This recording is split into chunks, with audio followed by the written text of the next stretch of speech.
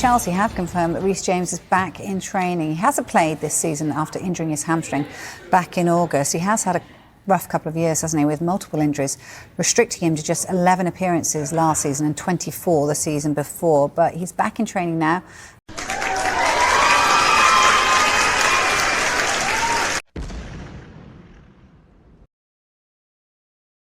Well, Reece, that must have felt really good to get back out there. Yeah, it's been a really long time, since I played. The first time I've actually played this year, and I've been working, so hard to come back and, make sure I could come back in good shape and help the team as much as I can. Yeah, I mean, help the team as much as you can. It took all of 3 minutes for you to get the assist, so you certainly did that. That must be an incredible feeling when you get to help the team straight away. Yeah, I mean, I try my best. Crossing is, one of my strong attributes, and I had the opportunity, to put a ball on the plate for Nicholas, and it's a good. He took his chance as well. Psychologically, it must be really important for you to get some game time before the end of the season, so you're not having to wait until next season starts. Yeah, I mean, the process has been real slow. At the start they probably told me I was out for 3 months, and it's been 5 months. So it's taken its toll, on my head as well. It's been tough, and especially long days. But I'm so happy to be, back and fit now. And you took a whack from one of their players quite early on. I know that's always quite an important moment, isn't it? To feel that hit and okay, body can take that, and on we go again. No, I wouldn't call that one a hit. I was just buying the foul. Still clever. Big win, isn't it? Away from your own performance, to come back like that. It's still early, but you're looking fit and you're looking strong. How's the body feeling? I mean, I haven't played in 3.5 months, so it's been a long time. I haven't been lacing up for a long time, but I felt good. It was a good step in the right direction for me, and we're training hard, so just playing off. Obviously, I'm super happy to take on the role and responsibility. I know I've got big shoes to fill. We've had huge captains here in the past. John Terry being one, Gary Cahill, even Aspie that just left. These are 3 huge captains, and big legacies at the club. They played here for a number of years. So I've got big shoes to fill. I've been at Chelsea pretty much my whole life. I started here when I was 6.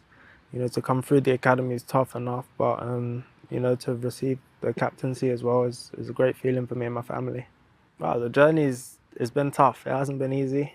There was probably a number of occasions where I probably wasn't going to stay at Chelsea because I probably wasn't good enough at the time.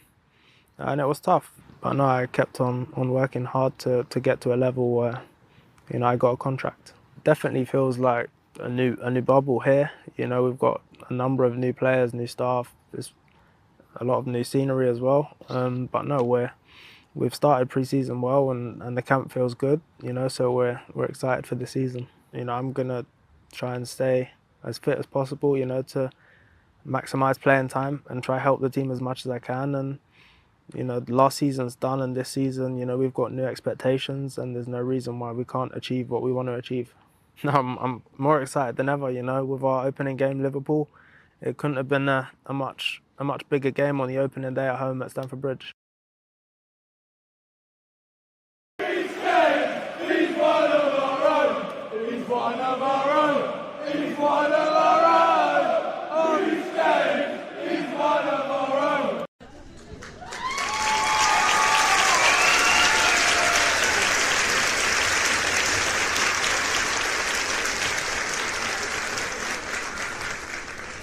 James here to preview Chelsea's fixture with Wrexham here at Levi Stadium tomorrow.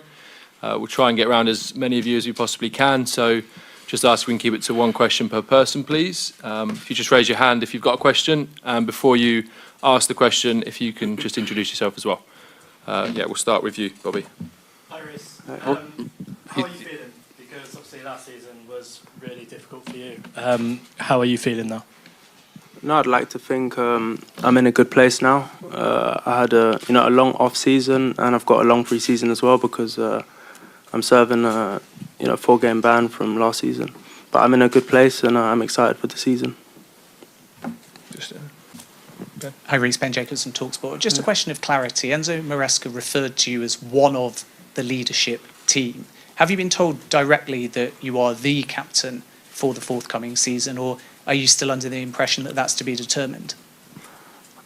You probably know better than me, to be honest. No, directly I haven't been told whether I will remain captain this season. But presumably, from your point of view, you feel no need within the squad balance for a change of captain. If you ask me, no, I don't think so. But you know, I'm not the one that makes the decisions. Perfect. Jack. Thank you. And just on you personally as well, obviously you said you've got a longer pre-season, but you must be sort of itching to get going. How frustrating was last season at times for you personally to sit and watch if it was bad form or things weren't quite going right? How hard was that for you, and how much do you want to make up for that this year?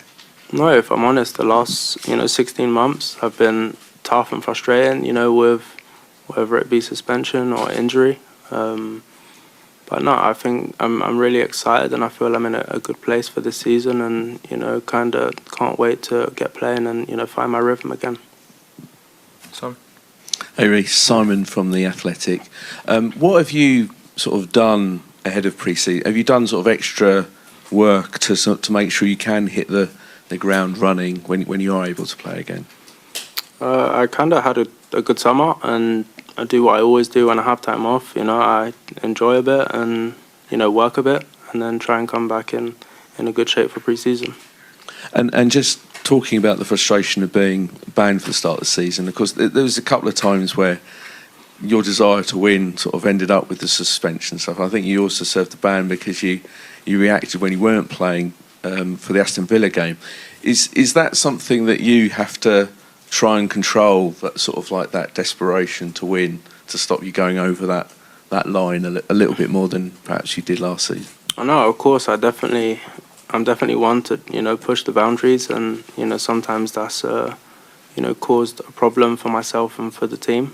But it's definitely something I'm trying to get better at, and trying to learn to reduce mistakes to put my team at risk. Hi Reece, you obviously scored some big Chelsea goals in your time. Enzo Maresca was just saying before this about how maybe it could be you that inverts this season. Do you have any personal goals that you're setting yourself this year, maybe for goals, assists, or just general involvement? No, I have one goal. My goal is to stay on the pitch. Good man. We'd like that too. Cheers all, thank you. Thank you.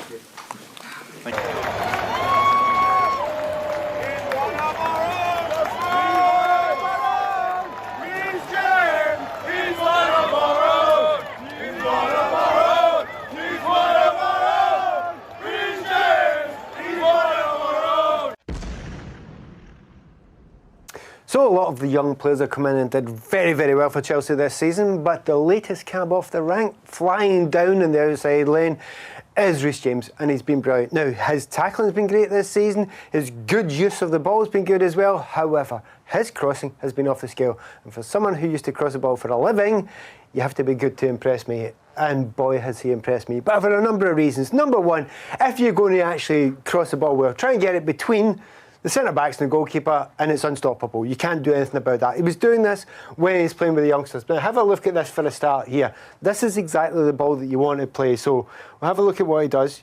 Get it in there, but it's not just get it in there. Anyone can actually go and put it in that sort of area. You've got to put it in there with pace, because if it's too slow, keeper can come and get it. So with a bit of pace there, unstoppable. Once again, this is actually the same game, but it's a different play. It does it all the time, and it makes it look really easy. Remember, many players hit that first man. He never, or very rarely, hits the first man, and that's unstoppable for the goalkeeper there. Now, this other thing I like about him as well. Do you know when that ball isn't on? That's his favourite ball. Zip it in, near post between them. However, if you look at it on this occasion here, I don't think it's on, because whatever you do there, the goalkeeper is probably going to come out and get it. What you're having to do now is think of what's the next option. Well, the next option is to make sure that you hit that area, because that's where the space is, and you can go and attack that space there. Is he capable of doing it? Has he got the vision to be able to do that? Yeah, of course he has. Brilliant ball, back post there, and it's another goal he's made. Now this bit I really love. Put it in the right area, nice easy cross, Tammy puts it away for another goal. However, this is the bit that really gets me, right? Have a look at what he does here. The ball's really close to his foot there. He has to take a touch to get it out of his feet. Where you want to go is roughly about there. Get the ball out about there so as you can swing your foot round it. But look what happens. He gets the ball out, but it doesn't really come out of his feet. He's very, very close to it. Now, just show you here. Close. Keep your eye on that, right? So the ball's really close to his foot there, really tight. That's hard to get your foot around it, but he does it all the time. Now, there's a reason for it, and I'll tell you in a minute why he does it. Beautiful ball in there, but that's an unusual position you have to get your body into. Once again, almost exactly the same thing. Have a look at his feet. Have a look at where the ball actually is there. It's a very, very strange thing. I don't think that's a crossing position. You want the ball to be slightly outside your right foot there, or else from that position, what you're actually naturally going to do is you're going to play it with the outside of your foot. So when I'm seeing that position there, I actually don't think he can get the ball into that area where he wants to get it into, because his body shape's all wrong and his feet's in the wrong direction. However, have a look what happens. He gets his foot round it. It is different class. Does it all the time. Absolutely superb at it. And you know what? If you can do it in that situation, why don't you do it if you're going to score a goal as well? But once again, look where his foot is, right beside the ball. I think it's too close, but he manages to manipulate his body in a certain way, and that's basically just a cross. It just happens to be into the goal. This is classic. That's bordering on unstoppable. Just the same sort of area. Don't almost need to say any more about it. You know where he's going to put it. Ball's a wee bit close to his feet again. Usual stuff, but strikers always say the same thing. Get it in quickly. That's what he does, and that's why we get all the chances. This is one of my favourite ones. This is an unstoppable cross, but I'm going to stop here just for a different reason completely. Great cross, really, really hard to stop, but have a look at what's going on in the background. Ross Bartley's saying, that is such a good cross, I'm going to applaud it. Pedro's saying, that's such a good cross.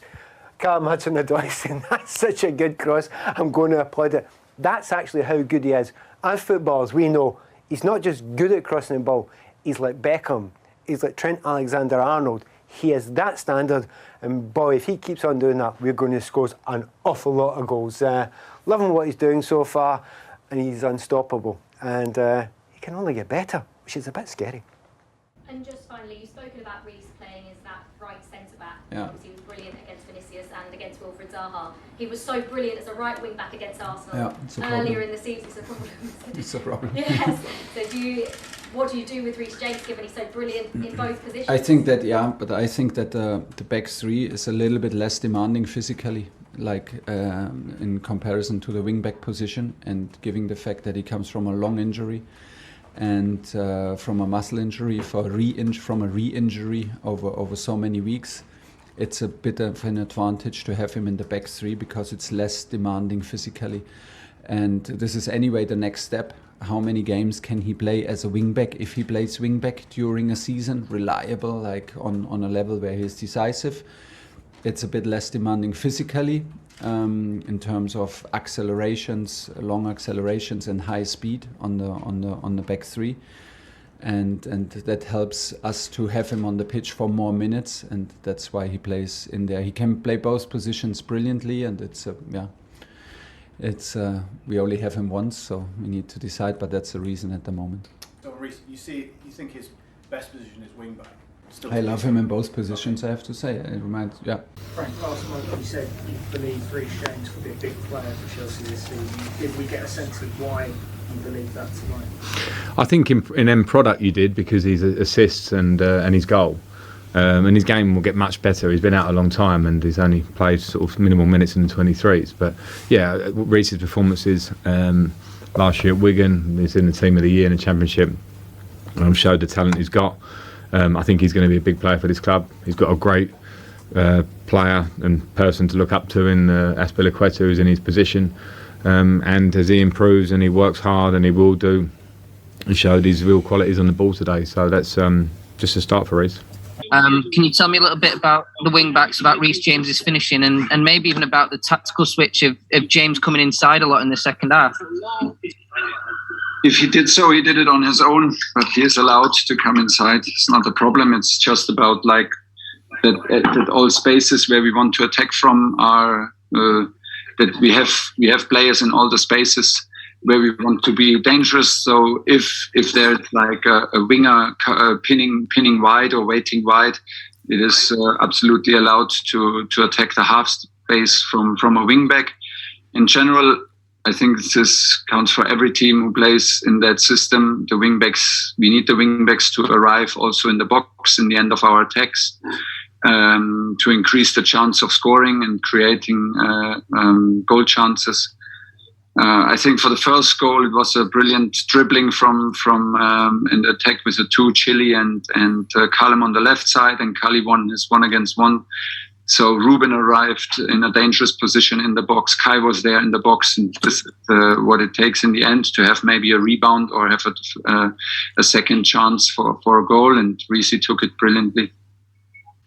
All right, Thomas, well done. Has he been working on his finishing, or is that just a natural part of his game? Because Romelu or Timo would be happy with with goals like that, wouldn't they? Yeah, but then we can try if they. Maybe we need to try them as wingbacks. You know, it's a complex game, and I think that Reece cannot score if Callum does not do the dribbling, and maybe Callum cannot do the dribbling if not Chile is opening the space. And I think that we were dangerous on the first post with Kai in the middle of the goal with Ross, and in the second post even with Ruben, and then it's possible to score on the far post. So that's why sometimes our strikers are also sacrificing to create chances and spaces for the others. So it will always be like this. But shooting, you absolutely don't need to exercise shooting with Reece. He shoots like a horse, like he did always. I've never seen a horse shoot, so I wouldn't know. But the results were certainly great for you elsewhere today as well, weren't they?